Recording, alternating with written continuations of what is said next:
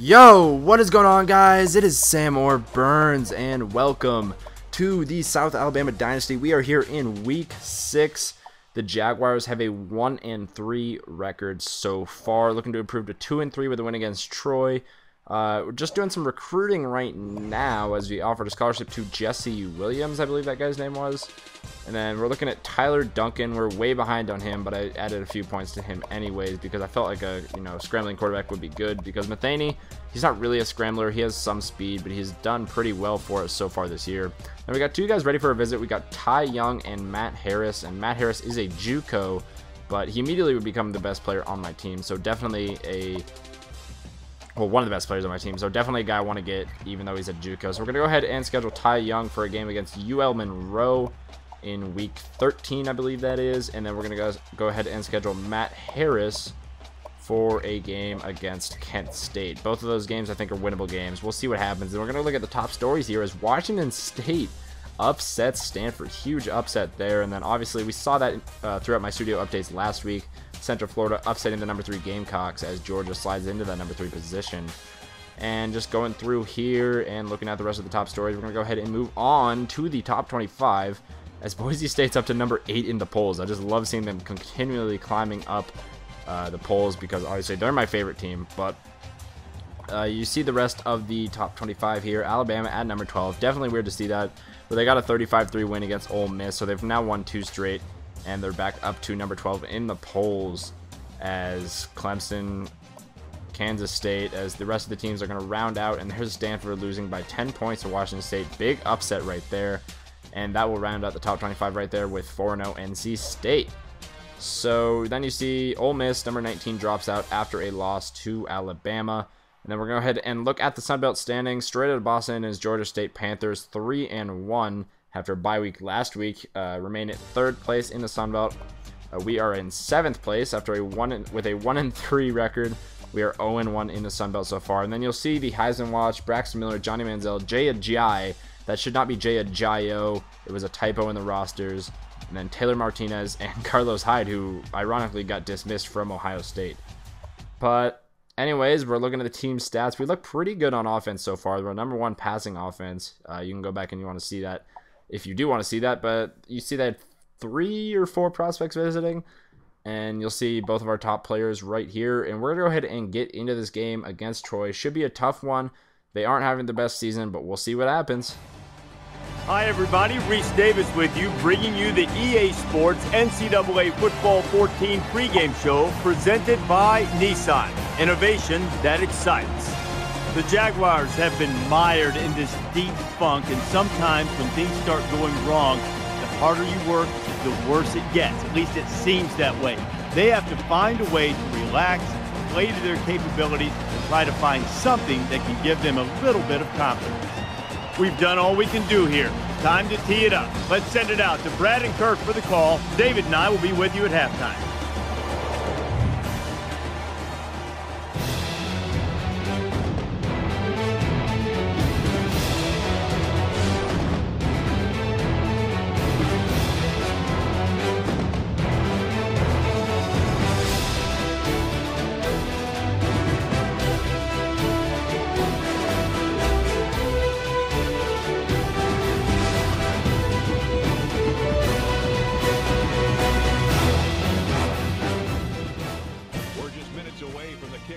Alright, so apparently this is a big rivalry game, even though it's only our second year in the FBS. But we're going to go ahead and get into this game. We're playing in Veterans Memorial Stadium, playing against Troy.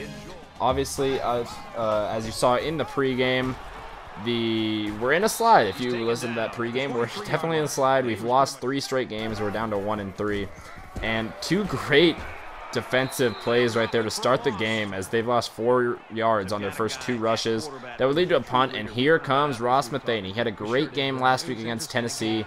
Couldn't quite get the W, but handed off to Jay Jones here on the right side. He's going to get some good yardage, only about 4 yards, but definitely going to get the offense jump-started as Jay Jones is going to get 4 yards on that carry right there. But that would really lead to nothing as Robinson of the Troy offense gets the ball back, and on the read option, I'm going to hand off to Kerry Franklin for a gain of 9 yards. And now on 2nd 1, Robinson going to keep it on the read option. He bounces off the wimpy tackler And he is almost gone. A 28-yard gain right there for Corey Robinson, who is now back to pass on the right side. Going to find Edenfield, if that's how you say it. Having a big gain right there, 27 yards. But now on 3rd down and 10, Robinson back to pass. Looking over the middle, nowhere really go, and he throws it right to Williams. The first takeaway of the year for the Jaguars defense. It only took 5 games. Well, partly into the 5th game, but Wes Saxton there on 3rd and 8 going to get 20 yards. Obviously, our defense hasn't been great this year, haven't gotten many takeaways, and obviously not enough stops to the point where we're actually winning games. But Jay Jones, 8-yard rush right there. But again, would end up leading to a punt. Now Robinson handed off to Franklin, who is absolutely stuffed in the backfield by Williams, who just got that interception on the drive before. Franklin with 4 rushes for no yards.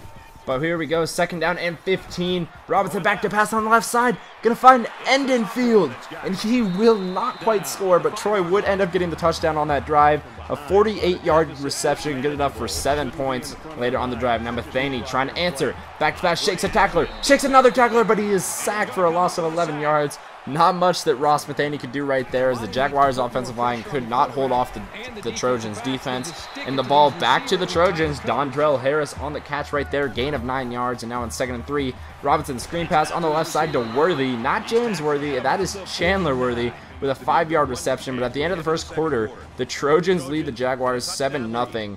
Been a pretty defensive battle so far, but there have been some great offensive plays as Troy looking to take a 14-0 lead here. 3rd down and 1 on the read option. Corey Robinson on the right side. No, we can't tackle him. 23-yard gain. And Robinson just eating us up on the read option, as evident right there by his 4-yard touchdown run as Troy goes up 14-0. And it's starting to look like the Jaguars might have another terrible season. They went 2-10 last year, and they're looking to actually improve this year. 1-3 so far, but down 14-0 early to Troy. Not looking good. But Wes Saxton's got 2 catches for 41 yards, trying to get the Jaguars their 2nd win of the season. And hand off to Jay Jones, who does some cutting. Going to get 4 yards. Pretty decent run right there for Jones. But now on 2nd and 4, read option. Matheny on the keeper. He's got some room. Not quite Corey Robinson room, but that's a 12-yard gain right there for the Jaguars. And Matheny back to pass. On the right side, going to find Chavarez Smith, or Chavarez, some of these names, man, I tell you, but 10-yard gain right there, 2nd and inches, handing off to Jay Jones. That's going to be a touchdown to South Alabama. It cuts the Troy lead in half, 14-7 now. Trojans still on top, and they do get the ball back, but not looking too good up to this point, especially on the defensive side of the ball for the Jaguars. And on the left side, he's got a guy, it's Worthy. He's going, oh, can't quite score, but a big gain right there as Robinson on the option going to find Kerry Franklin, who's going to run in the end zone. 3-yard touchdown run right there for the Trojans as they go up 21-7 with 3 minutes to go. And again, not looking good for the Jaguars. It's starting to look like they might actually fall to 1-4 on the season, which would be so disappointing. But 3 minutes to go now. Matheny back to pass, looking, nowhere really to go, throwing across his body, finds Wes Saxton, and that's going to be a big gain of 27 right there for the Jaguars offense. Saxton with his 3rd catch of the game, and now on 2nd and 7, Matheny back to pass, looking on the slant route, going to find Jeremy Jones for 14 yards. Great play right there. Jones has got his 1st catch of the game. He's been a big player in our offense so far. And now Lavender over the middle. That's going to be a 12-yard gain. Has Bryant Lavender going to get it to a 1st and goal for the Jaguars. Now Matheny back to pass over the middle. Wes Saxton, touchdown! And that is the school record for passing touchdowns of the season right there for Ross Matheny. You see the last 5 drives for Troy. A punt, interception, but then followed by 3 straight touchdowns for the Trojans. But now Troy back to pass. Robinson on the left side going to find Edenfield again, who's going to kind of truck his way for a 12-yard reception. KD Edenfield, what a name and what a game he is playing. Now Robinson back to pass. Left side has Edenfield again. What is going on with this Jaguar defense? South Alabama can't seem to cover anything. 1st and 10, Robinson. He's being rushed, and he is sacked right there for a loss of 9 yards. Now 4th and 15. They go for it again. Obviously not in field goal range, at least they think so. And Robinson hits as he throws, as South Alabama avoids going into the halftime down by 14 points. Only a 7-point game so far, and we do end up getting the ball back after halftime. So I will see you guys after that halftime show. Glad to have you with us on the EA Sports NCAA Football 14 halftime show presented by Nissan. Innovation that excites. David Pollock and I here in the studio to break down everything that just happened in your game. It's all about perspective. Everybody who loves offense loved that first half. Lots of big plays, explosive plays. Offenses really got into the rhythm. But then there's the responsible opposing view, finding all the things that went wrong on the defensive side. Yeah, it's twofold. You know, there's an offense and there's a defense, and at some point, I'm glad you've noticed that. Yeah, well, I didn't notice it in the first half, but I wanted one side in the first half. I'd like to notice more of it in the second half, and it's as simple.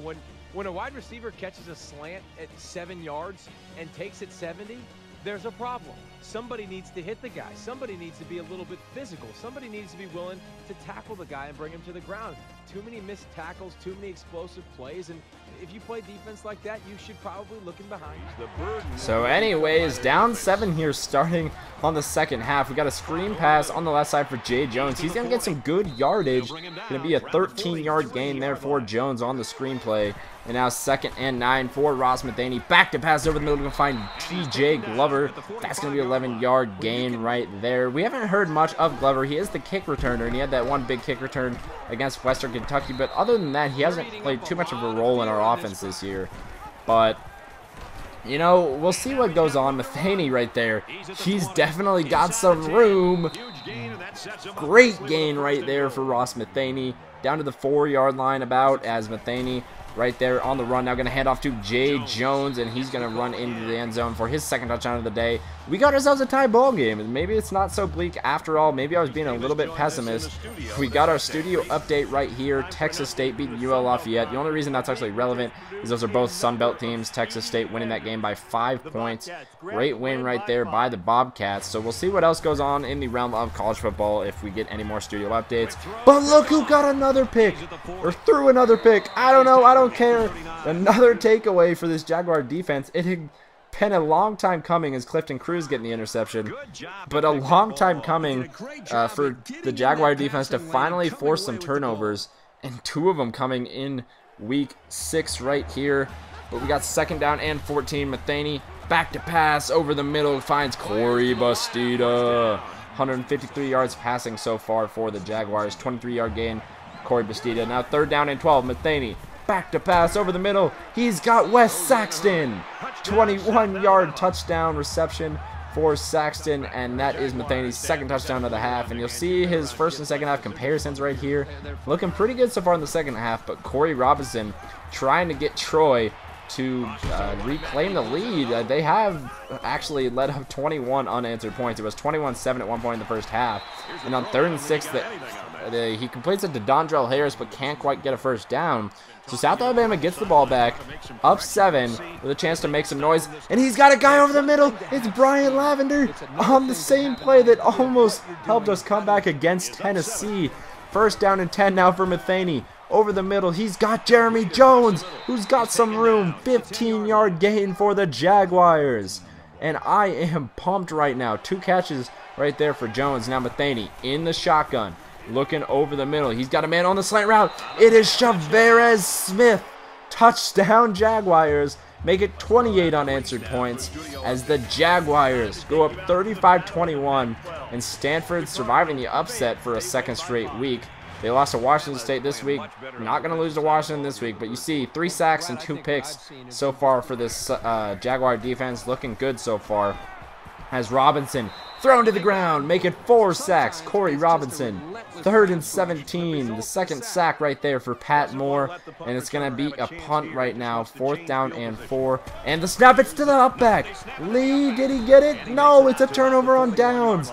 And South Alabama has a chance to blow this game open and go up by 3 possessions and almost seal the deal here as they're looking to improve to 2-3 and get their first Sun Belt win of the season. Now Matheny, play action. Nowhere really to go. Again, going to throw across his body and find Wes Saxton. 15-yard gain for a first down. And now Matheny under center. Drop play to Jay Jones up the middle. He's got some room. Not enough room to get in the end zone, but a 15-yard gain nonetheless. He's got 12 carries for 61 yards and a pair of touchdowns. And now Matheny all by himself back there in the backfield. On the right side, he's got a guy. It's Jeremy Jones. 30-yard touchdown. Big play right there as Matheny throws his 4th touchdown of the day to end the 3rd quarter as South Alabama goes up 42-21. And this game is pretty much all but over. To score 21 points in 1 quarter, let alone 28 to win the game, will definitely be a task for Troy, but we'll see if they can do it. They definitely have a pretty good offense so far. We'll see what happens as they do have the ball now with about 6:57 left in the game.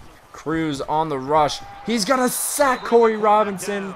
Loss of 8 yards right there as Troy continuing to struggle. Now 3rd down and 20 after a punt for Troy. Matheny nowhere really to go. He's sacked. That's a loss of 7. So 4th and 27 as Troy will be getting the ball back with another chance to cut into this lead. But Robinson back to pass. Nowhere really to go, and he is sacked again. Loss of 7 yards. Sacked right there by Pat Moore. Now Robinson back to pass again. He has a guy, though. It's Katie Endenfield. Who else but him having a great game. 27-yard gain now. Now 3rd and 5 for the Troy offense, and sacked again. This time again by Pat Moore. Is that his 4th sack or 3rd sack? We're not quite sure. But he did get sacked on that play. Now 4th and 12, pretty much last gasp for the Trojans. Robinson, nowhere really to go, and he just kind of tosses that throw out there. Nowhere really to go for him. And now Matheny back to pass, and he is looking on the right side, scrambling, and he's going to go up only about an 8-yard gain, but a good scramble right there for Ross Matheny. 10 rushes for 31 yards for the Jaguar quarterback. Now Matheny on the play action pass, looking over the middle on the left side. He's got Wes Saxon, trucks his way into the end zone. 23-yard touchdown right there as Matheny has thrown for 5 touchdowns this game. Looking really good right there in this game. Maybe he'll actually improve as Sunbelt play goes on. We'll see. But we got a studio update. Big game between #1 Ohio State and unranked Northwestern. And Northwestern putting up a fight. 14-10 lead in the 3rd quarter. We'll see if they can actually pull off the upset. We'll see what happens after the game, as our game will definitely get over first. But 49-21. This game's all but over. 4th down and 5. Last chance. And end zone. Oh, dropped. And that will do it.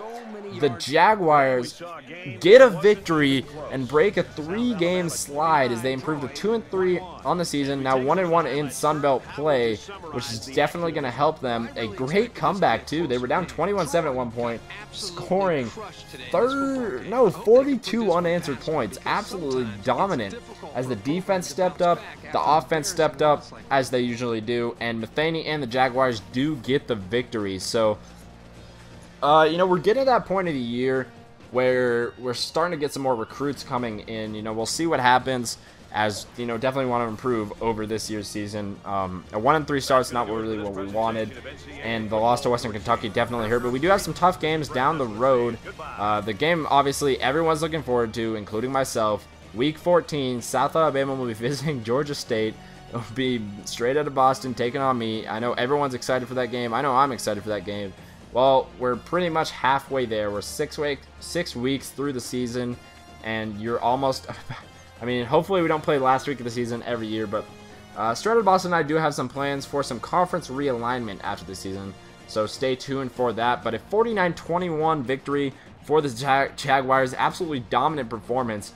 Every game they've been that we've been a part of this season has been close, and finally they are part of the blowout, and a part of the blowout they want to on the side they want to be on. A 28-point victory, and glad they weren't on the other side of that.